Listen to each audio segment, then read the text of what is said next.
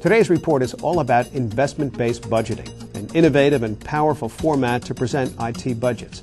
IBB offers a distinct advantage over traditional methods. You see, investment-based budgeting is a concept where costs are linked to the value delivered. There's no effort wasted on defending and justifying technology costs. Instead, IT leaders collaborate with management on making strategic technology investments. Budget decisions are based strictly on the needs of the business and investment opportunities presented. In today's program, we'll take a close look at investment-based budgeting. We'll discuss its advantages, how it works, the steps in the process, and how it differs from the traditional budget process. Our report features expert N. Dean Meyer. Dean is the principal of N. Dean Meyer and Associates Incorporated. He is the author of 7 books, countless articles, and is a former columnist for CIO magazine. He also coaches executives on organizational and political issues and has personally facilitated transformation processes involving culture, organizational structure, and internal market economics in corporate government, educational, and not-for-profit organizations. There are several teaching points in this program. First, we'll define investment-based budgeting, discuss its advantage, and how it can help IT overcome traditional budgeting challenges. Then, we'll hear from Doug Valesky, the former head of the State of Montana IT Department, who discusses his experience adopting and implementing the IBB concept. We'll conclude with advice for CIOs and IT managers on getting started with investment-based budgeting in their organization. Now, let's begin our report. In our first segment, we'll define investment-based budgeting and discuss its advantages over traditional methods. While a long-awaited global economic recovery is finally getting some traction, we're only seeing a very slight uptick in IT spending in comparison to last year, according to the annual Gartner CIO Agenda Report. It seems clear that organizations are treading carefully when it comes to their IT spending. The Gartner report indicates that the top 5 areas where organizations are making their tech investments these days are as follows. First choice for investment is in business intelligence and analytics. Second, infrastructure and data center. The third area of investment is in cloud technologies. Fourth on the list is enterprise resource planning systems. And the fifth area in line for investment is mobile technologies. According to the report, it's up to the CIO to provide solid leadership and truly capitalize on the use of these technologies to transform their organizations. Gartner goes on to say that CEOs and CXOs demand commitment and focus from their CIO colleagues, ensuring that their enterprises survive and thrive in an increasingly digital world. In fact, our topic today, investment-based budgeting, could be an important step toward achieving that reality. Let's turn to our expert, Dean Meyer, and learn more about the promise of IBB and the advantages it offers over traditional budget processes. Dean, welcome to the program. Mike, thanks for having me back on the program. You know, this is a topic that I think is underappreciated but terribly important. So I really appreciate the opportunity to talk about it. Dean, you're a pioneer in the leading-edge approach to budgeting called investment-based budgeting. What does that mean? Well, imagine a budget spreadsheet.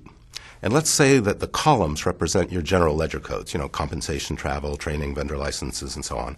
And the rows represent the things you plan to deliver in the year ahead, the projects and the services for the year ahead. Well and good, you fill in the cells, and then the mistake so many organizations make is they total the columns and submit a budget for compensation, travel, training, vendor services for each cost center. That is, the budget represents what they plan to spend with no concept, no association with what they plan to deliver. An investment-based budget means total the rows. Submit a budget for what you plan to sell. Not that money changes hands, but figuratively speaking, what you plan to produce in the year ahead, as well as what you plan to spend. And why are shared services executives, like CIOs, interested in IBB? CIOs, do you ever feel that clients' expectations exceed your resources and you're set up to fail? Are you ever under pressure to do more with less, as if you've got people sitting around wasting time and money and you just tell them to stop wasting and magically you can do more with the resources you've got? Not going to happen, is it? Do you find yourself defending your budget with little help from the business, as if it's your job to get the resources to serve them, and they have no stake in it? Well, they have a lot of stake in it. If you don't get the resources, they don't get the services. You get accused of costing too much, perhaps not because you actually have benchmarks to show that, but because people don't perceive the value you're delivering. You look like a big black hole of money. We give you all that money, we don't know quite what we're getting out of it. Some CIOs do allocations, some do chargebacks, and that invariably leads to controversy, to challenges. My share is too big, it costs too much, and so on. And many are struggling for funding, for infrastructure, and for innovation. All of these things are rooted in the traditional approach to budgeting, talking about costs without talking about the value delivered for a given level of funding. And perhaps most fundamentally, CIOs are trapped in the wrong dialogue with the business. They're busy defending their costs instead of discussing IT as a strategic investment opportunity. So how does investment-based budgeting help CIOs with those challenges? Well, imagine being able to present those rows, the costs of the projects and the services you intend to deliver in the year ahead. Now someone says, got to cut your budget. Sure, happy to cut it as much as you want. What are you going to not buy? Let's talk about the rows and what we could do without. Here's the keep the lights on stuff, but maybe there's some lights we can turn off to release money for more strategic investments. Here are the projects everybody's asking for. Which of those are worth funding and which of those are not? So it leads to a far more rational discussion of cuts, strategic cost cutting, not just that, do more with less nonsense. And furthermore, you'll find clients stepping up to the plate right alongside you to defend your budget. Oh, that's my project. You can't cut that one. Oh, no, I need that service. And they, after all, are in a far better position to defend their needs and to defend the benefits to the business of IT's work. It really just totally changes the discussion. You get out of the defensive mode. Okay, sure, they'll challenge the model at first, but once they've validated that the numbers are real, now we focus on what we really need from IT as a strategic investment. And the ultimate answer, the total budget, the number may be a matter of affordability. It may be kind of set before you even get into the discussions. But the hope is that the IT budget will be based on the needs of the business and the investment opportunities at hand. And perhaps most importantly, you'll leave the budget process with a very clear understanding of what it does and does not fund in the way of projects and services. So along comes a client, middle of the year, hey, I've got this great idea, I need this new project. You don't say, no, you're not the obstacle, you're not the enemy. You say, happy to do it, but as you know, that wasn't covered in our budget, so let's you and I go look for incremental funding. It gives you that kind of factual platform to manage demand throughout the year.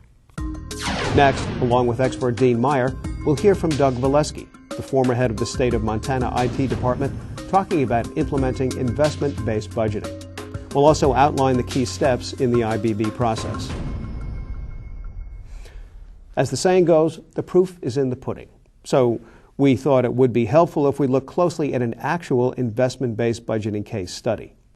To do that, we're off to Montana, also known as Big Sky Country, where with the help of Dean Meyer and Doug Valesky, the former head of the state of Montana IT department, we'll hear how IBB transformed their IT budget process.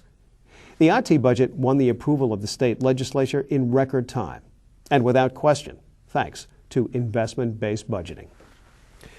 Now, Dean, as we've just explained to our viewers, recently one of your clients, the Shared Services IT Department at the state of Montana, implemented your IBB process. Tell us a little bit about them. What got them interested in investment-based budgeting? Well, in a corporation, it's the CFO and CEO that would determine everybody's budget and make those funding decisions. In government, in state government, it's the legislature. But the processes turn out to be very, very similar. So we can think of it from the IT point of view or from the funder's point of view, in their case legislature, and the corporation, the CFO. And you'll see a lot of similarity. In 2007, the IT organization was presenting its budget to the legislature, and the legislators asked a perhaps obvious and simple question, what are we getting for all that money? They really didn't understand the kind of value that enterprise IT was delivering. So they challenged IT to be more transparent about its costs. In parallel, the budget office was pushing the IT organization to do a much better job of financial planning.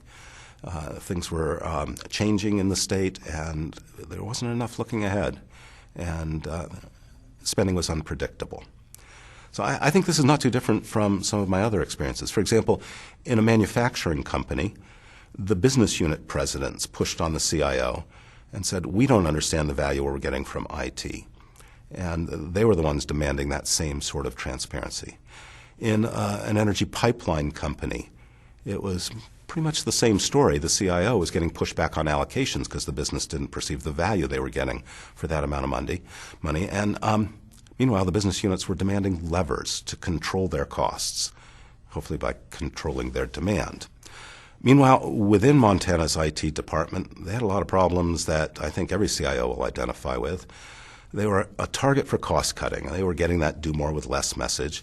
And the legislature was cutting costs without cutting expectations. They were expected to deliver more on a smaller budget.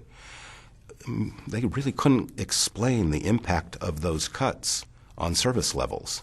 And so they were at a loss to defend themselves. There was a general atmosphere of mistrust due to lack of transparency. What are you doing with all that money? And their allocations of costs were constantly being challenged by the agencies, and they were all alone with no defense, really, for those numbers. They were in a state where expectations were far beyond their resources. They did charge back in Montana, but nobody knew quite what those payments did and didn't pay for, so they went on expecting. It's like, look, we gave you all that money. Now we ought to be able to expect anything we can dream of all year long, all for a fixed price. It wasn't working for IT. It wasn't working for the business. Now, Dean, it doesn't matter if it's a public sector or private sector organization. The pressure on the CIO is the same. Internal clients want value for their technology investments, correct? Exactly right, Mike. I think that IT is under all of those pressures, whether it's, in my experience, public sector, not-for-profit, or for-profit corporations. I see IT as a business within a business. Its job is to serve its clients throughout the rest of the enterprise. What those clients do for a living, well, certainly that affects what kinds of applications IT delivers, but it doesn't affect the basic paradigm. Those are customers who want a lot but can only afford so much. So getting back to that rational business-like dialogue, what do we buy from IT for our scarce resources, is essential whether the customers are in the business of running a government or making a profit. It really doesn't matter. So, Dean, back to our case study. How did Doug Valesky connect with you and the investment-based budgeting process? Well, within the Montana IT Shared Services Organization was Doug Valesky, then head of IT Financial Management, head of the IT Business Office. He's since retired from the state.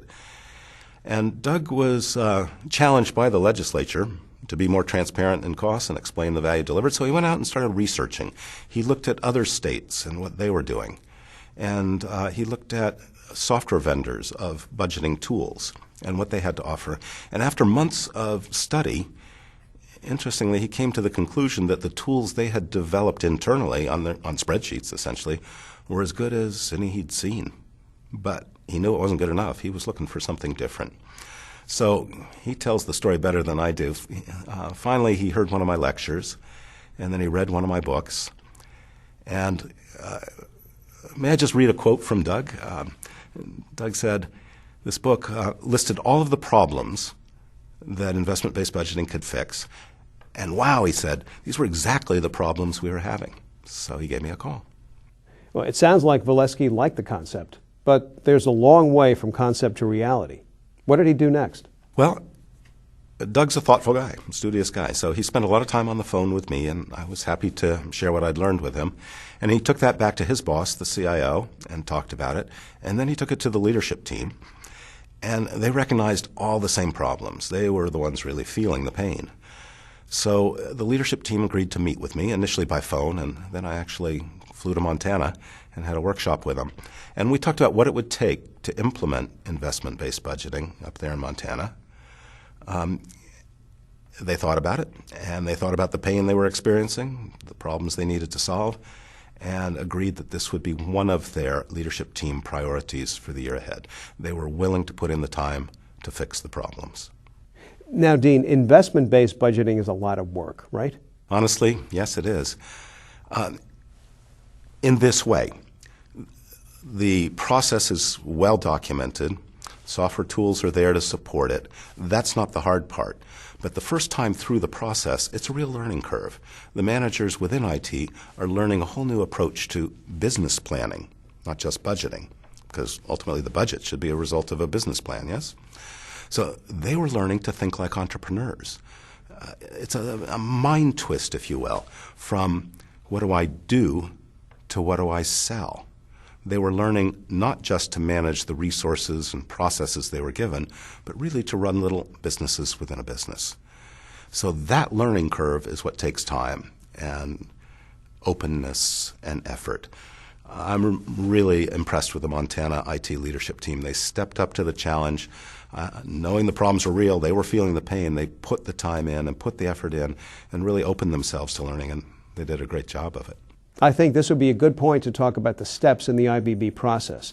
Can you lay them out for us at a high level? You know, Mike, what I've found over the years, managers will talk your ear off about all they do, but really struggle to speak to what they sell, to what business they're in. So that's the place we start. We look at the organization chart and deconstruct it into the lines of business under each manager, so that each manager owns one or two or three little businesses within a business. And once the business is clearly defined, it's pretty straightforward to knock off a catalog. So that's the next step, a catalog within each line of business under each manager. Then, demand forecast. What of that catalog do you plan to sell, both to clients out there in the business and to your peers within the department? After the demand forecast, a fulfillment plan. How are you going to deliver those projects and services? This is classic business planning. What do you need in the way of people, both employees and staff augmentation contractors? And what do you need in the way of vendor services? Note that we're thinking about costs now, both compensation costs and vendor services, in the context of the plan. Not because we spent it last year, but what do you need to deliver those projects and services? Once all the costs are in, an easy step, we associate indirect costs with the appropriate catalog items. So to use an IT example, as in Montana, the Linux licenses go against Linux services and the Windows licenses against Windows services. But the tool you use should make that quite easy. Now there is a final step, and it's critically important. I call it scrutiny. The top executive in IT, that's the CIO, needs to spend time at the end of the process scrutinizing the numbers to ensure that there's no fat in there. None of that game playing of build in fat and take it back out. If ever the CIO is challenged and says, okay, let me see if I can sharpen my pencil, you've just blown the credibility of the whole exercise. The right answer is, if you want to save money, what are you going to not buy? These represent the true costs of each of those products and services. So that final step of scrutiny is critical to the credibility of the process. That's it. Dean, once they develop their budget in this new format, what do they do with it? Well, in the case of Montana, Doug personally met with each and every customer, that is each agency in the state, and went over the rows that were in there for that agency, and made sure that's what the agency really wanted to buy. And the agency would say, well, I don't really need this. Could save some money there, but you forgot about that. Be sure to put that in. So by the time that was done, the agencies were right alongside Doug saying, yes, that's what we need from IT. And that's when he took it to the legislature. Is that generally how the process works in most organizations? Or do you have a different example? In another organization, they took a different path. The CIO took it first to the auditors, who blessed it. In fact, they said, this is the greatest thing we've ever seen. It's so transparent. Then they took it to the approval process, in that case the board, and then it went out to the business units, their customers. So the exact path varies depending on the political lay of the land and how things work, the culture in that organization. But ultimately, the idea is that every customer needs to understand exactly what's in your budget to benefit them and needs to support that. Now, timing is sometimes a problem here. We may not finish this process right on schedule for the budget. So what we typically do is reverse engineer a known budget into an investment-based budget model. That way, at least we can explain what the current budget does and does not pay for. And then it's fairly easy to flip that over into the actual budget submission for the following year. And Dean, I'd be interested to know if their finance staff was involved at all in the process. Absolutely. Every step of the way. Doug kept the budget office, their equivalent of the finance staff, informed and involved, engaged in what they were doing throughout the entire process. And then when the investment-based budget was finished, the budget office took the time to review it and really understand the cost model. They didn't just validate that the calculations were correct. They didn't just validate that the costs were real. They really began to understand the value, the nature of the projects and the services that Shared Services IT was delivering. And then after the business units had reviewed and they adjusted the rows appropriately, they submitted for approval, and at that point the budget office and the agencies were right alongside Doug in supporting the budget in front of the legislature. Now, from the state's legislature's point of view, what was the outcome there? Apparently they were very pleased. They saw the support of the budget office. They saw the support of the agencies. They could view the rows, and they may not look at every little row in there, but not every project in service, but enough that the legislators got a real sense of what kinds of value IT delivers to the state. That transparency built tremendous credibility. They could look at any project, any service, and with a click of the button see the entire P&L basically for a project or service and drill right down into the details. So I think they were very happy. I guess the best evidence, Doug said that for the first time in recent history, the IT budget was approved by the legislature with no questions. He was delighted. And by the way, this was a year in which state revenues were down, so pressure was on to cut costs. Shared Services IT was the only department that got an increase in budget that year. I think that's strong evidence that the process worked.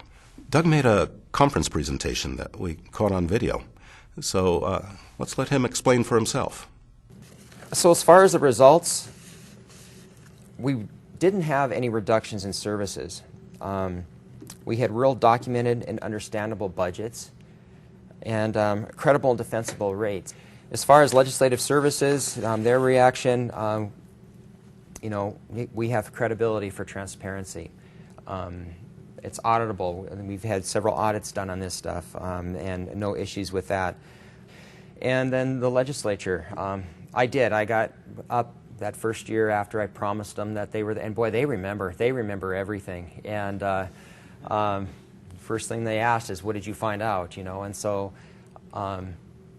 what was really nice is the legislative analysts were all right there and backing me up, and they gave us full approval with I didn't have any questions. I kind of felt kind of silly standing up there, but it was nice. So the transparency paid off. We did have an increased budget that first year, and it was approved. And when we did this, that's a time when the states were in dire need and really hurting. And we were probably, I believe, the only agency that had any kind of an increase whatsoever. Everybody else was cut. It was good to hear from Doug firsthand.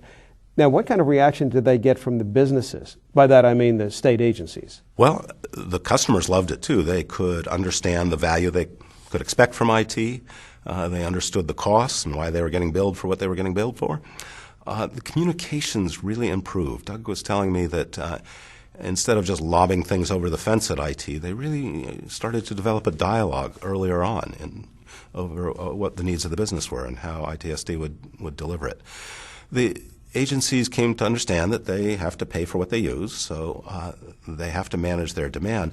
They have to make those tough trade-offs, but they really appreciated having those controls, having those levers, and instead of some sort of mysterious black box where it's not clear what gets prioritized.